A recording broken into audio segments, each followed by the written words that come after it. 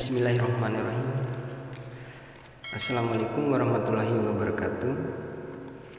Kembali lagi bersama channel Pena Asia. Melalui channel Pena Asia, saya akan membahas terkait dengan solusi adalah pemecahan masalah atau jalan keluar penyelesaian suatu kesulitan. Langsung saja masuk pada poin pertama, yaitu identifikasi. Identifikasi secara etimologi dia berasal dari kata atau bahasa Inggris identify, yang artinya meneliti, menelaah. Identifikasi adalah kegiatan yang mencari dan atau menemukan, mengumpulkan, meneliti, mencatat data dan informasi dari kebutuhan lapangan itu sendiri, atau berdasarkan fakta lapangan. Meneliti artinya mencari secara jeli atau melihat secara jeli titik permasalahan sesungguhnya secara objektif dan jujur. Dari sini lalu mengidentifikasi poin mana dalam cakupan kemampuan diri sendiri untuk mengatasi poin mana di luar ranah diri dalam menangani suatu permasalahan tersebut. Jadi untuk selanjutnya yang kedua adalah semangat. Upaya dalam rangka mencari atau menemukan solusi harus melibatkan rasa semangat, yang dimana semangat adalah perasaan yang sangat kuat yang dialami oleh setiap orang.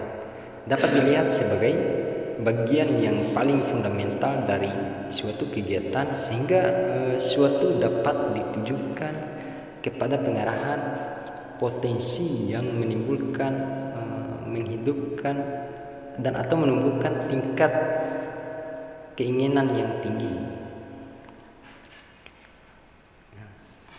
Berangkat dari kemungkinan solusi dicapai, perlu ditumbuhkan semangat agar bisa mendapatkan spirit dalam menjalani kehidupan. Semangat merupakan keseluruhan kekuasaan kehidupan batin manusia yang bergairah dan bergembira, sehingga malas menjadi rajin, berat menjadi ringan, sulit menjadi mudah, dan masalah menjadi celah. Dan selanjutnya yang ketiga adalah sabar. Sabar merupakan sikap menahan emosi dan keinginan serta bertahan dalam situasi sulit dengan tidak mengeluh. Sabar merupakan kemampuan mengendalikan diri yang juga dipandang sebagai sikap yang mempunyai nilai yang sangat tinggi dan mencerminkan kekokohan jiwa dari seorang pemiliknya. Nah, artinya sabar merupakan daya tahan menghadapi kesulitan. Dia tidak cepat marah, tidak cepat putus asa, tidak menyerah, tenang, tidak tergesa-gesa, tidak terburu nafsu.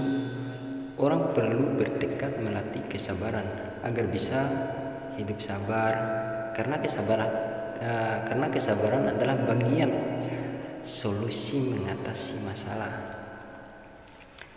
Kemudian selanjutnya ulet dan tabah. Ulet adalah satu item yang mewakili tiga entitas, yang dimana pertama adalah kerja cerdas, yang kedua kerja ikhlas, kemudian yang ketiga kerja keras.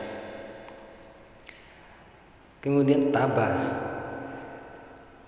yaitu memiliki daya tahan kekuatan mental, berani, tidak putus asa, disertai kemauan keras dalam menghadapi masalah untuk mencapai tujuan. Penting bagi tiap orang berlatih keuletan dan ketabahan, karena ini merupakan faktor solusi dalam mengatasi kesulitan atau suatu permasalahan tersebut. Selanjutnya kebaikan dan kebenaran juga merupakan bagian daripada upaya mencari solusi.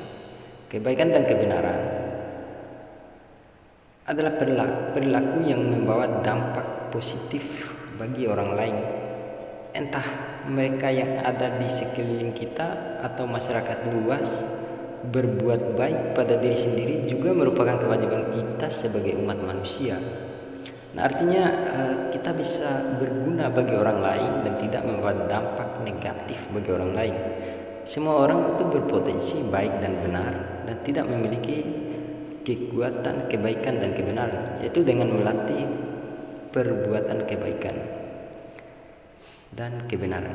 Kebaikan dan kebenaran selalu menjadikan setiap orang punya banyak teman yang baik dan benar tanpa diminta bantuan. Sering teman baik dengan tulus hadir membantu masalah yang kita hadapi. Karena adanya kekuatan kebaikan dan kebenaran, teman-teman yang baik dan benar adalah sumber kekayaan solusi. Nah, maka arahan serta motivasi dari teman dalam rangka memberikan upaya untuk kita menemukan sebuah solusi itu juga merupakan kebutuhan bagi kita sebagai umat manusia.